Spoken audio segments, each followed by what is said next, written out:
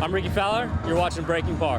Hey, what's good? It's your boy, the coach. I'm Justin Thomas. It's Paige Spranik. I'm Tyson Nash. I'm Paul Bissonette. Hi, I'm Ryan O'Toole. I'm Daniel Descalso. I'm Bernhard Langer. I'm VJ Singh. And of course, you know. You're watching Breaking Par. You are watching Breaking Par. And you're watching Breaking Par. Breaking Par. And you're watching Breaking Par.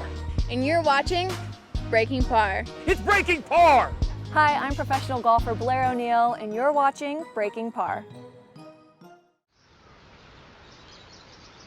Summer is back. While this means fun in the sun for many across the country, here in the Southwest, it means an enjoyable round of golf becomes 4 hours of straight survival. It's no joke, we're talking temperatures nearing 120 degrees. But with high temps come low green fees at some of the top courses in America, so how do you take advantage? It requires what we like to call Parwinism, survival of the smartest. For that, we turn to one of the smartest guys we know, the scientist. He's here to tell us what not to do in order to survive those brutal rounds of summer golf. We begin with the obvious. Don't underestimate the power of water. Did you know you sweat about 2 bottles of water an hour while playing golf in the summer? That means you need to drink about 8 of these over the course of 18 holes just to break even. I'd also recommend some coconut water. It's rich in electrolytes, and that can help you stay hydrated. Okay, so we know the important role water plays in surviving the summer heat, but what about food? Turns out that chorizo breakfast burrito or that hot dog you wolfed down at the turn may not be the best choices.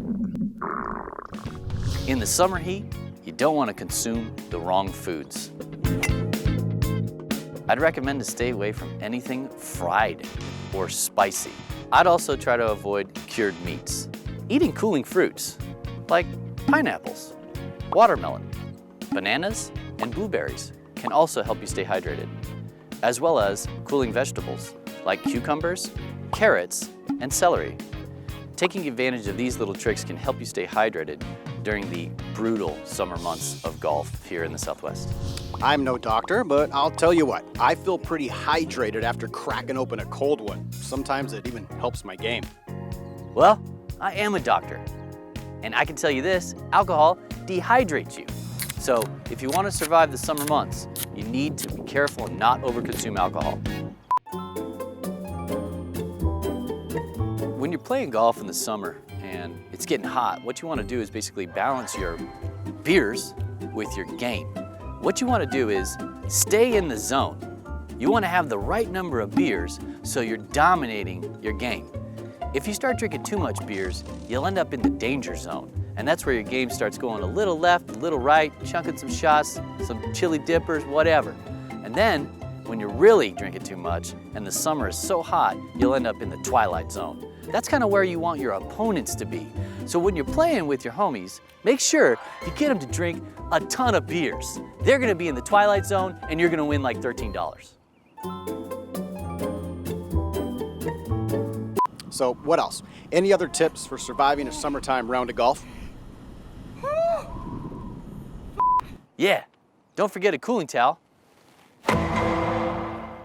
It may not look like much, but a cooling towel can actually help your body temperature from rising to dangerous levels. You see, your neck, it has pulse points where your blood vessels are close to the surface of your skin. By placing a cold towel on this area, you can actually help cool your blood and keep your body temperature in check.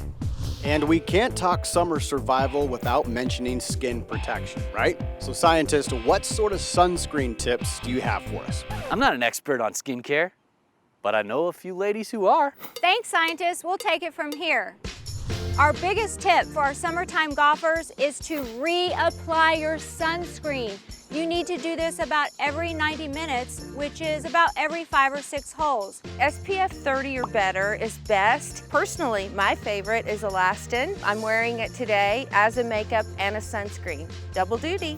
Thanks, skin ladies. All right, so for those of you scoring at home, here's the 5 things you don't want to do this summer when you're playing golf. Don't underestimate the power of water.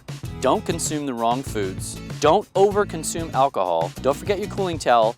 And don't forget to reapply that sunscreen. You're all set. Now go outside and play some summertime golf. Doctor's orders.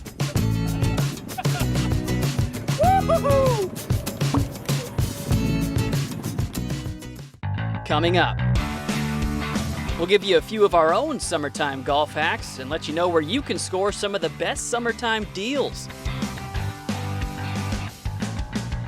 That's straight ahead on Breaking Par. It's so hot. We've got to get this in one take. No flubs. I'm dying. Rolling. Welcome back, guys. So we just heard from the experts on how to survive on the course during the summer. Well, we have a few personal tips we'd like to share as well. Felix, give us some of your summertime hacks. Yeah, I've got a really good go-to hack that I like to do every summer. But the first one, Circle K Polar Pop. This is the best 79 cents you'll spend all day. It holds a ton of liquid, and this giant cup's insulation keeps ice alive longer than any cup you'll get at any course. They fit in any golf cart cup holder. And once I'm done with the original drink, I just keep refilling it all day. Maybe throw a little Jack in at the turn. So stop by Circle K on the way to the course, and you'll be glad you did. My other hack is keeping my neck towel freezing cold throughout my entire round. I don't like wearing a neck towel at all times, but I do like having her at the ready. I do this by dousing her in water and storing it in the cart's cooler. So when I need a cool down between shots, it's super convenient and always cold. Jason, so how do you survive your summer rounds? I really have just one summer go-to that I swear by. Do you know how many hats I've ruined with sweat stains over the years, especially white ones like this? You wash them in the dishwasher, they're never the same. Well, sweat stains and dishwashers are a thing of the past. Take a look at this. I give you the No Sweat Hat Liner. They've changed the game. All you do is peel it and stick it inside your hat. Done. No sweat. We've shown you some good summertime hacks and survival tips. Now, here's advice on how to put them into action. When temps rise, prices drop. So summertime is a great time to knock out some of those bucket list courses you maybe haven't played because the prices are a bit high most of the year. Yeah, a couple of our favorites are TPC Scottsdale Stadium course, home of the Waste Management Phoenix Open, and Palm Springs PGA West Stadium course, home of the Desert Classic. Now, both of these courses can charge an arm and a leg any other season, but during the summer, you can actually play without breaking the bank. It's also a great time of year for killer staycations all across the country. One of our favorites is the Phoenician in Scottsdale. Check out the Phoenician's Fire and Ice program. Great room specials and great deals on morning tee times, which are pretty sought after this time of year. Learn more at thephoenician.com/summer. It's summertime, folks, so play a ton of golf, be careful about your beer intake, cross a few courses off your bucket list, and stay cool, golf fans.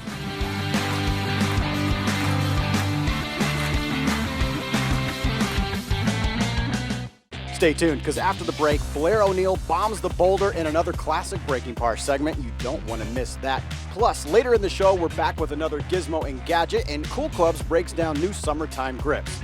Straight ahead on Breaking Par.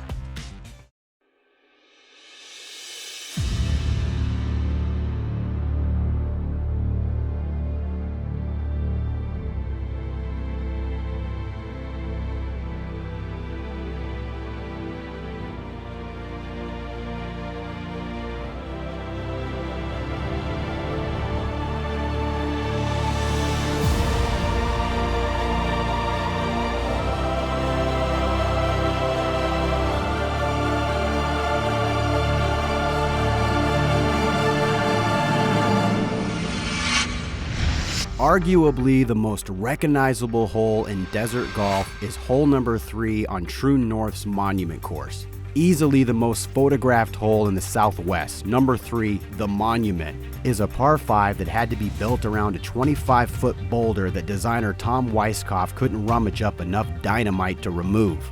Today, Breaking Par is taking one of the most famous obstacles in golf and making it our target.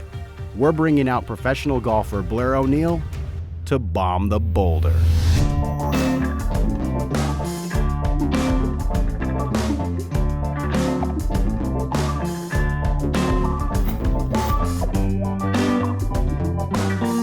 Hi guys!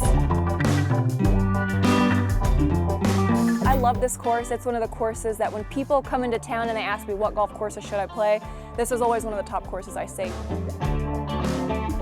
Welcome to True North. Breaking Par.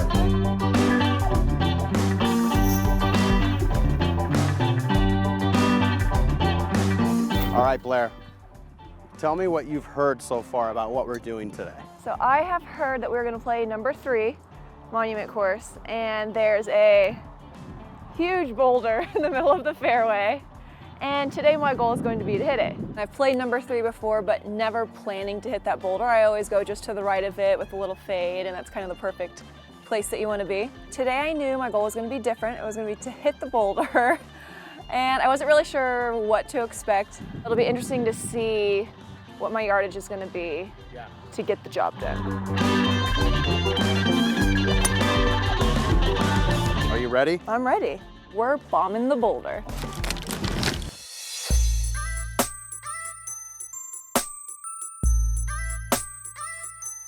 Filming today at True North with Fox Sports. I'm snapping you.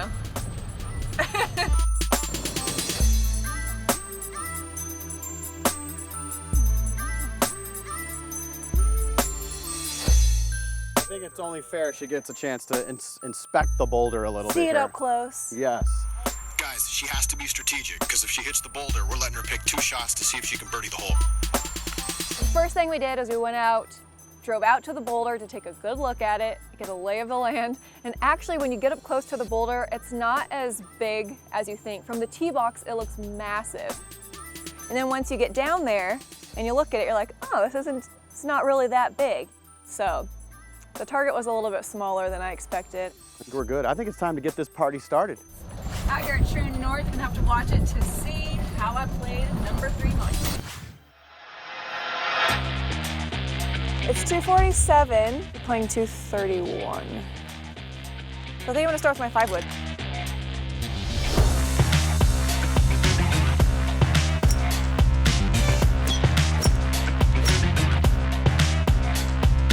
First I started with a 5-wood and it was coming up a little bit short. Close! Go on the ball. Hit the ball. Oh yeah, oh yeah. Not enough. It was harder than I thought. Then I switched to a 3-wood, and I had to take a few to get dialed in, and I was maybe just short, just right, just left. But then I finally hit it, and it was like sweet victory. Go! Draw, draw.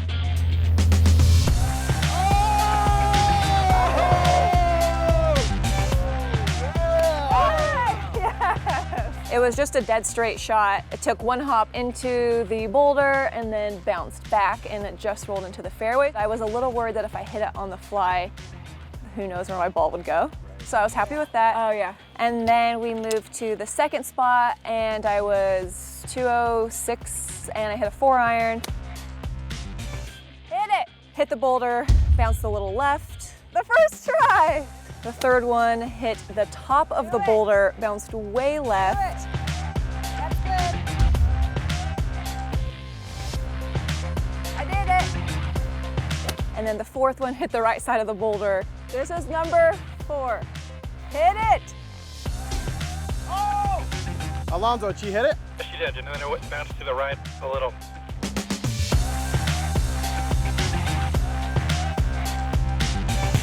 That was intense, guys. That was intense. So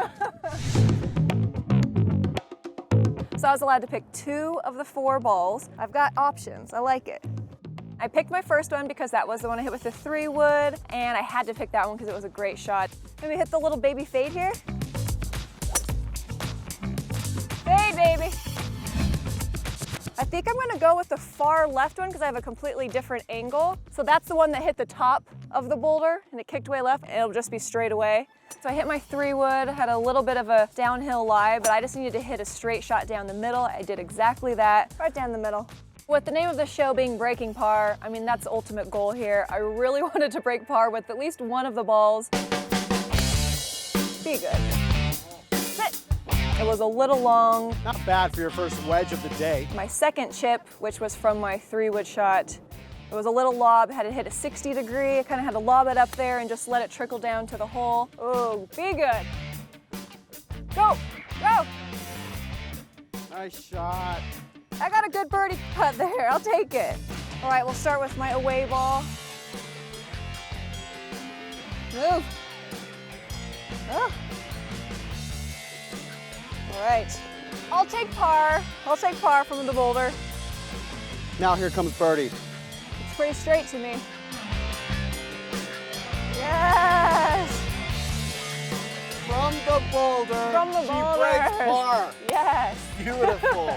I don't think I would suggest anyone trying to hit the boulder, but if you do, then they know that it can be done, they can make a birdie. Blaire O'Neal just birdied one of the most famous holes in Scottsdale off the boulder. It was fun. I made a par, I made a birdie, I broke par, all is good.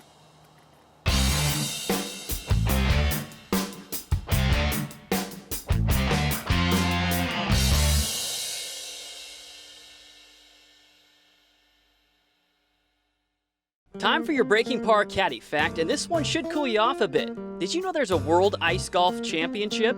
It's held every year at Umanak, the coldest golf course in the world. Players from all around the globe come to Greenland to battle temperatures as low as 50 degrees below zero. In ice golf, greens are called whites. Graphite shafts aren't allowed as they have a tendency to shatter. And don't worry about sand traps. Your main hazards in ice golf are sealed ends, crevasses, and of course, frostbite.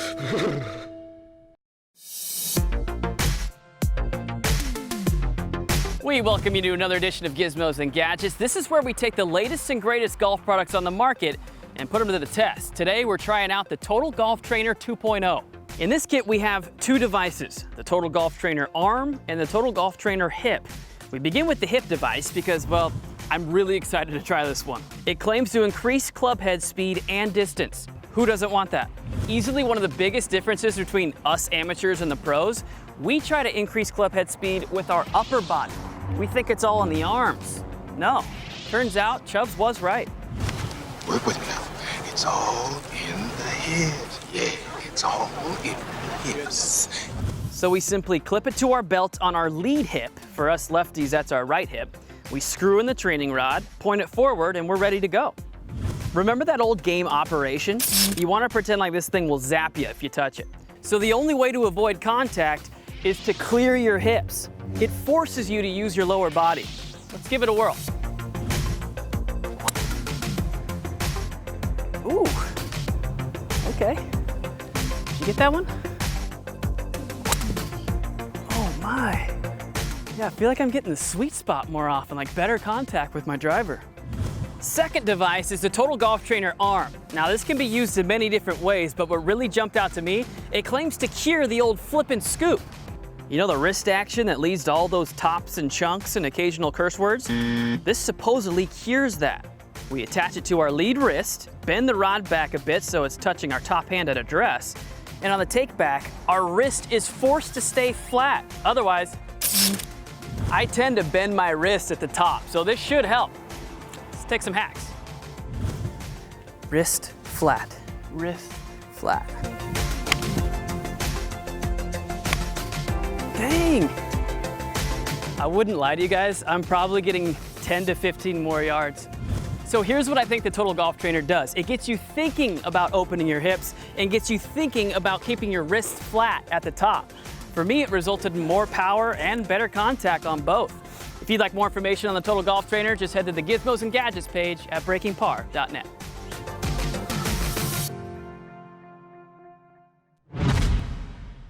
What's going on, guys? We're back up here at Cool Clubs for a very obvious summertime fix. New grips. Matt, take it away, buddy. Summertime is here. Great time to get your clubs re-gripped. Our hands begin to sweat. The last thing we want as a golfer is feeling the club slide out of our hands as we swing it. In the summer, there tends to be two extremes. You've either got super sweaty hands or super dry hands. If you're somebody that doesn't sweat that much in your hands, tacky would be the way to go for yourself. If you do sweat a lot in your hands, I would definitely recommend a corded grip. I love cord myself. It has good traction, just to give you that added security of holding onto the club. A corded grip is a rougher style grip. It's going to give you traction almost like a studded tire when you drive up to the mountains. There are tacky style grips. It's almost like a sticky tape feeling. Here's a grip that's a mix between the two. You have cord for your dominant hand that's on the club. Left or right-handed golfers, you're still going to get that security with a cord, plus the rubber feel of a normal basic grip. And also, they have this new Align technology The Align technology has this rib on the back of it. It fits right in the fingertips here, which gives you the security of holding onto the club that much more in your hands. Remember guys, there's a ton of different options when it comes to grips. Not only the texture and feel, but different sizes, different colors. It's really all about swinging by cool clubs and just getting your hands dirty. Matt even recommends cruising by and just having a few clubs re-gripped so you can test them out. Getting your clubs re-gripped here is very easy. If you're doing 1 or 2 clubs, it only can be a matter of minutes. It's a simple process, inexpensive.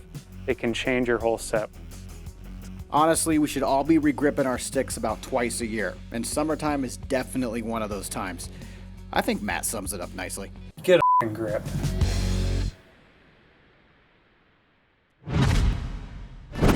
Let's check out some content from our fans. It's the Social Media Spotlight.